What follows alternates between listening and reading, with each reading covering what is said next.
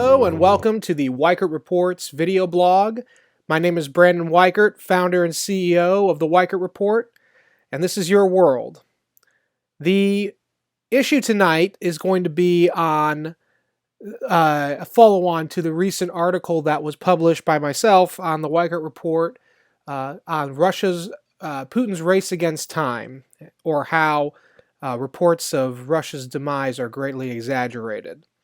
But as a quick prelude to that, lately I've been getting a lot of response, and thank you for this as well. I've been getting a lot of response from people regarding my recent articles as well as video blogs on not only the end of globalization and the rise of localism, but also on the coming collapse of China.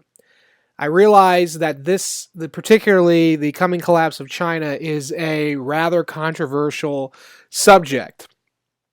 But as is usually the case, as I've noticed with the Weichert Report, I'm giving myself a little pat on the back here because I picked up the Financial Times this morning, and it's a wonderful. It is a great publication. It's a good publication.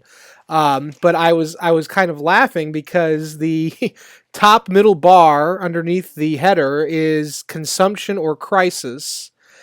Question mark, and it's all about what's going on in China. They're apparently at FT. They're at least seeing the same trends that we at the Weichert Report are seeing. So it's nice to have that kind of validation for such a young organization such as ourselves. And so segueing from there, with that controversial statement that I think that actually in the long run China is set for a major collapse, and moving over to neighboring Russia, right now the conventional wisdom is that of the two Eurasian powers, China and Russia, it is Russia that is set to collapse, or go into a thousand shards. This was a concept that I became familiar with years ago. George Friedman spoke about it in his fantastic book, 2009 book, The Next 100 Years. This is something that has been bandied about by many foreign policy theorists for some time. And I bought into it years ago, I bought into it. And at the time, 2009, and throughout the 2000s, certainly in the 90s following the collapse of the Soviet Union, Russia did appear to be on the brink. And it's not the next great power in terms of, America. It's not going to be like America. It's not even going to be like Britain. But its its economy is roughly the size of Italy. And as I noted in the recent article on Russia, I really think that with the human factor of leadership as coming from Vladimir Putin and his regime, like it or not, he is through sheer force keeping that country together. Back in December, I was reading in the Russian media, Mr. Putin had his annual talk to the Russian Federal Assembly, and apparently he proudly announced that for the first time in I think 30 or 40 years, the Russian, at least 20 years probably, the Russian fertility rates, the total fertility rate for Russia has gone up and went from 1.7 births per 1,000 women up to 1.78. Now you're sitting there thinking, "Oh, that's really not a lot," but you have to understand, for Russia, which really was suffering a demographic time bomb among the ethnic Russians, this is a significant move. Now, the societal replacement level, which is what demographers have ascribed to the lowest possible number for a culture to essentially replicate itself, to ensure longevity beyond the current generation, is 2.1 children per 1,000 women. And so, toward that end, Russia is still below that threshold. But let's take a look a little bit further. Um, as I note in the article, Mr. Putin has been, for the last decade or so, ever since the year 2000, has been talking a lot about fertility rates. Now, at first, he was in the Russian Far East. He was in the town right across from the Chinese border. It's one of the largest cities. I can never say it right, so I'm not even going to attempt to. I will put it in the in underneath in a little tag. But he basically told the denizens of this town, if you don't start having babies soon, the Chinese are going to overtake you population wise. Indeed, if trends persist, the Chinese will be the number one largest group of people living in the Russian Far East, and they're not going there to become Russian citizens. They're going there to take back that which they believe is rightfully their land that was, in their eyes, stolen from them in the 1600s by the Russians when the Treaty of Nerchinsk was signed.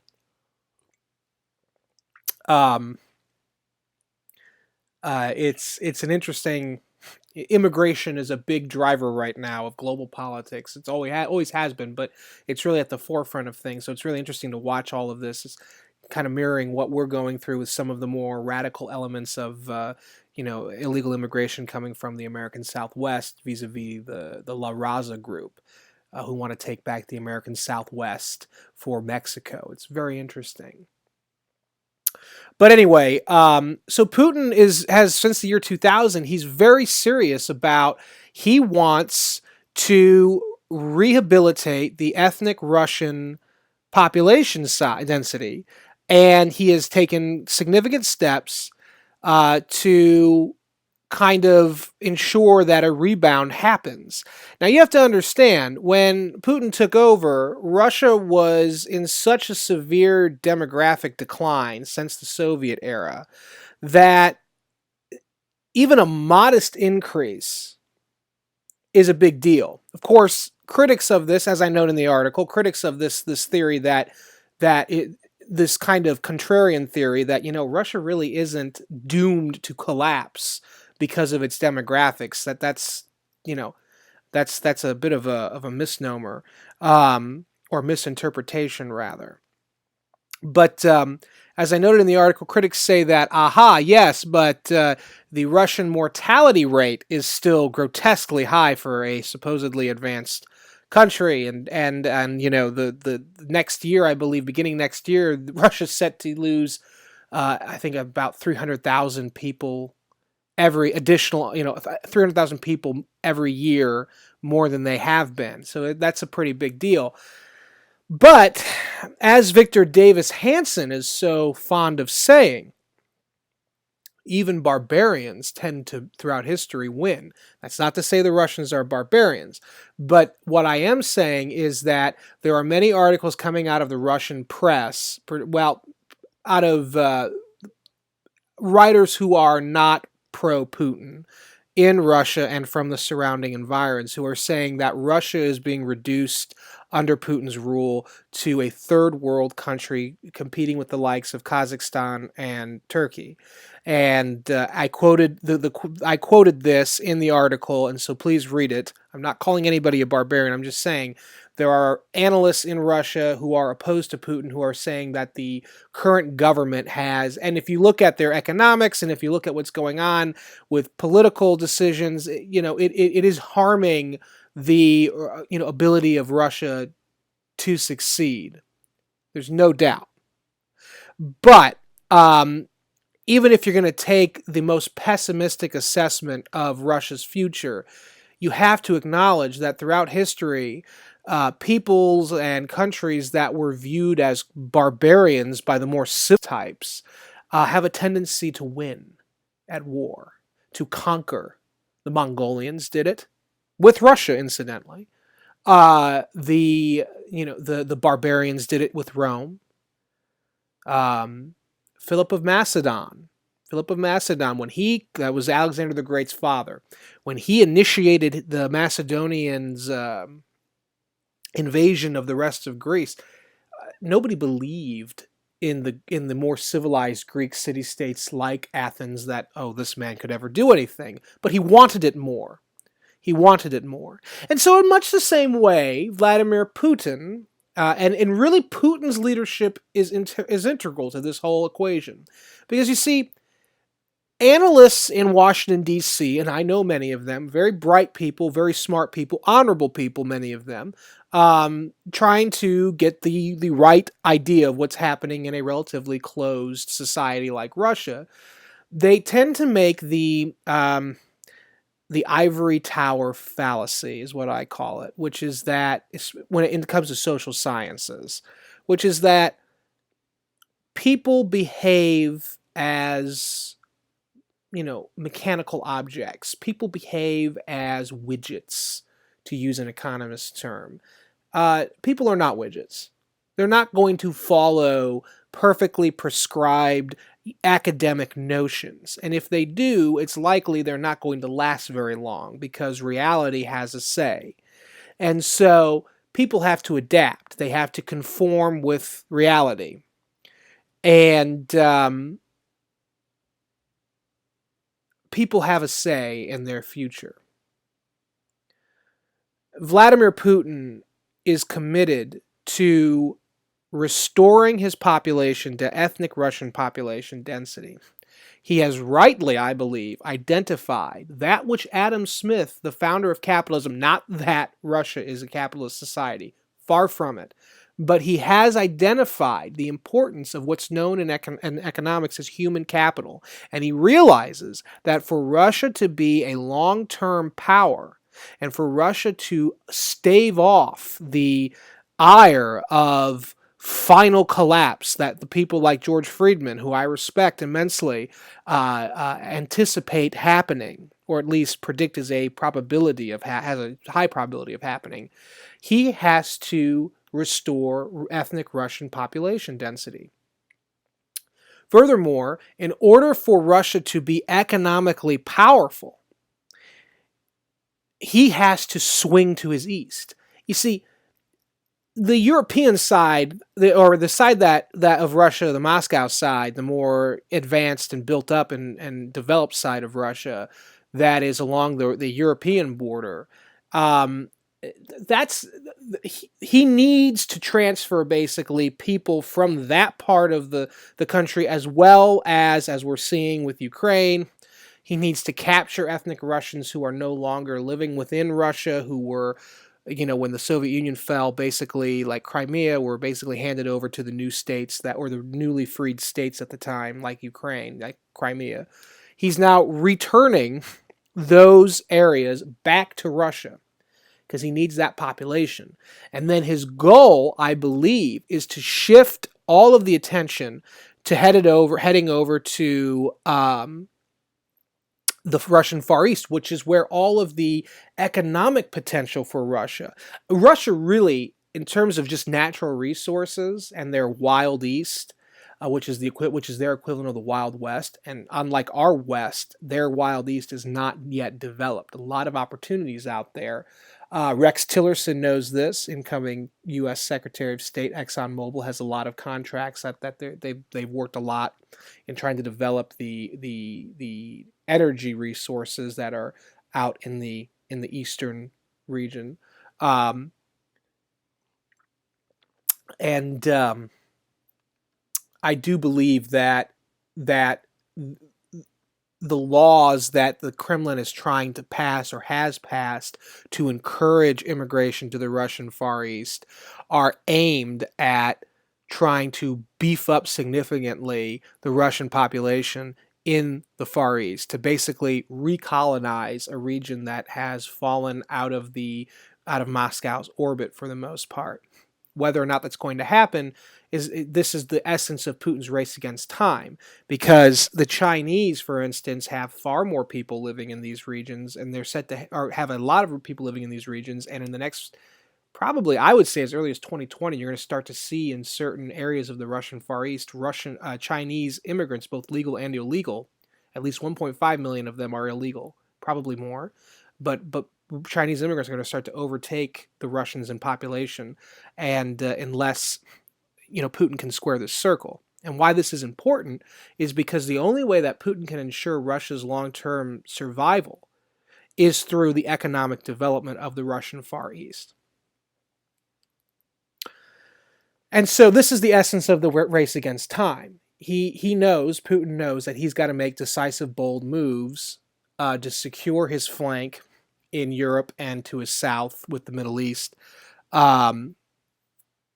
At the same time, he has to be able to rejuvenate his population in order to have the return migration to the Russian Far East, to link the two together. Most people are betting against this. That would probably be a safe bet. But there is a chance that he's going to be wrong, or rather that they're going to be wrong. You cannot discount leadership and the human factor of will. There seems to be enough in the Russian Neo-Eurasianist circles that are leading the country, the new nomenclatura, that are pretty serious about increasing human capital. And so I have difficulty now buying into this thesis that Russia is doomed to fail very soon. It may yet still collapse, or rather, I think it will go through a fundamental demographic shift, but Russia is not going away. Russia is not going away. So when you hear people on the media telling you this, keep this in mind.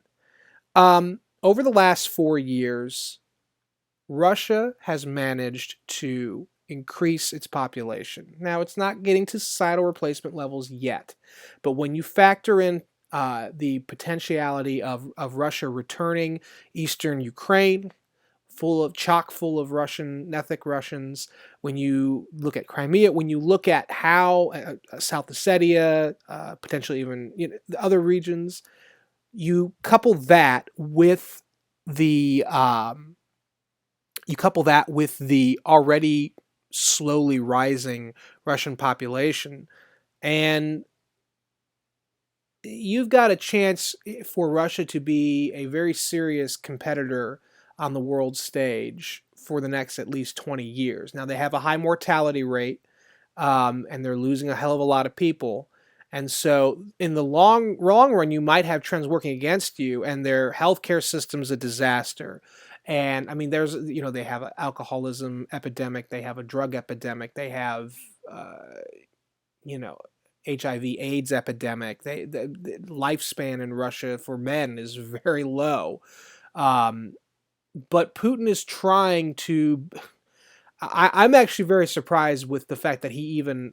If you had asked me a few years ago, do I think that he was going to be able to, through his policies of encouraging greater childbirth, of trying to link the Russian people back up with their Orthodox Christian roots, of trying to reopen the Cossack military schools, if you had asked me, will these have any positive impacts on getting the ethnic Russian population in Russia back up to closer, at least, to the 2.1 total fertility number, I would have said no, because look at Japan.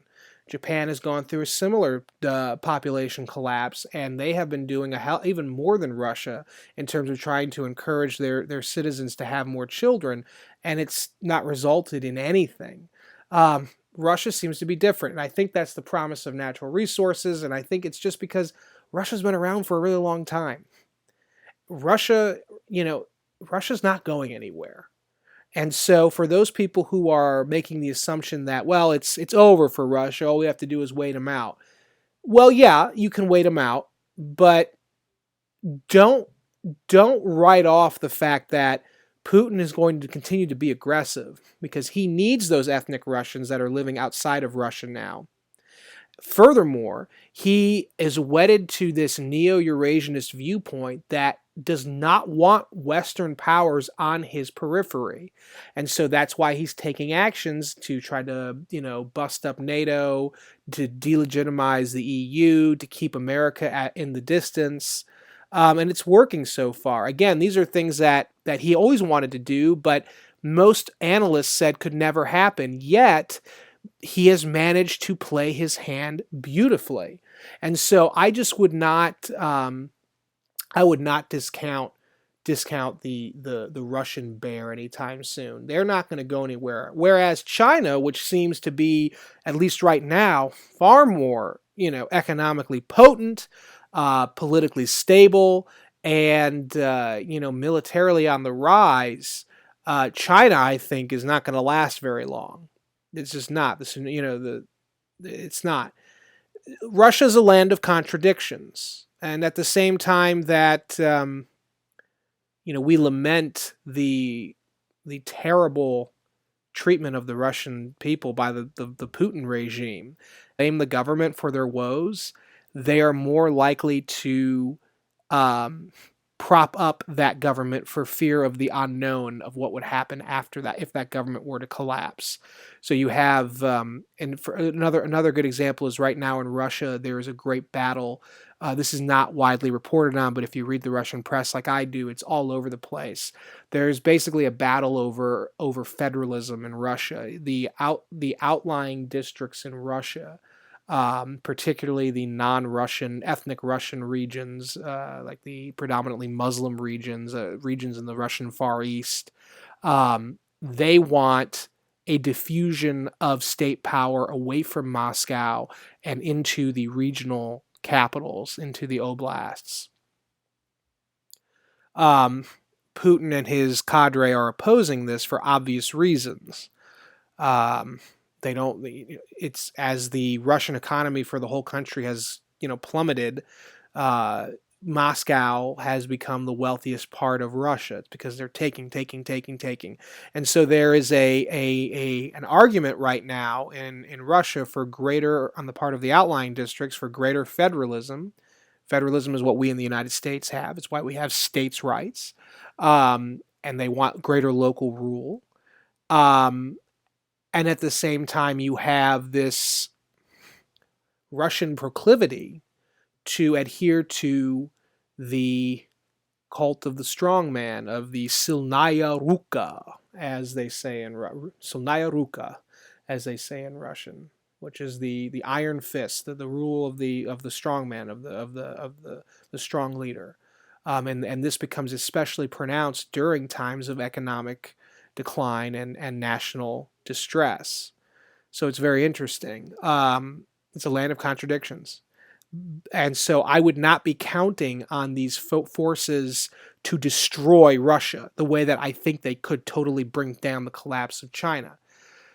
Let me say something also about that, because as you know, the Weichert report kind of got its start predicting, because nobody else was talking about it, predicting the coming age of regionalism and localism versus over globalism. And I know recently I said that that China was going to collapse like a house of cards that it is, and that we were going to see the end of globalization as we know it, or at least a prolonged pause in globalization. Well, the same forces that took down Brexit, that created Brexit, the same forces that are allowing for the rise of alternative right-wing parties in Germany and France, like the AfD in Germany and Marine Le Pen's party in France, the same forces that allowed for the rise of Donald Trump and President Duterte in the Philippines, and that I think are going to wash over China as well, are also lending themselves to Russia. But I think it will be in a different way. I think eventually, in our lifetimes, we are going to see, because I think that even if Putin can get the ethnic Russian population density up to the 2.1 TFN, which I don't think is impossible. I know everybody in DC thinks it is, but I don't. That's where leadership comes in.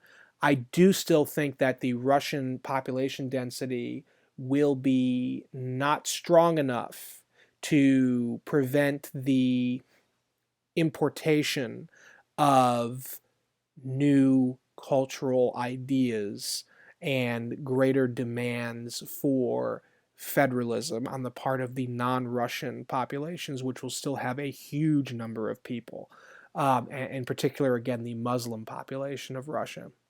And so I do think that while Russia is here to stay, Russia is going to actually, I think their military will likely get stronger. And if sanctions are lifted on them, and if Putin can swing to the east and get these development deals for the Russian Far East, I think that you actually might see a total reinvigoration, at least an elevation from where they are now, which will be significant in Russia.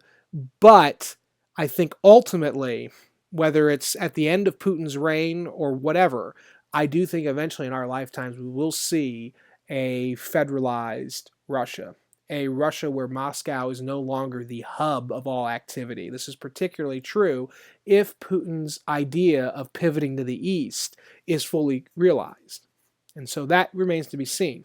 But the thrust is this: China set to collapse, Russia's set to go through, however minor but significant for Russia and the world, resurgence. Russia's here to stay.